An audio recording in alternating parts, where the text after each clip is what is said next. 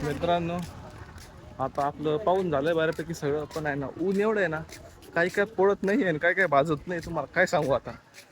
आपला आता झू बघून झालेलं आहे कम्प्लिटली. चालू आहे ना, जरा आहे ना पाय जास्त दुखू राहिले, आठवण 4 झालेली नाही का.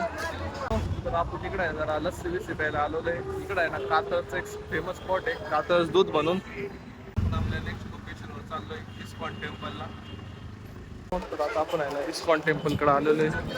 आपण मंदिरात एंट्री घेतलेली आहे. मंदिर आहे ना एकदम खूप मस्त दिसतंय नाही का, तुम्ही बघू शकतात.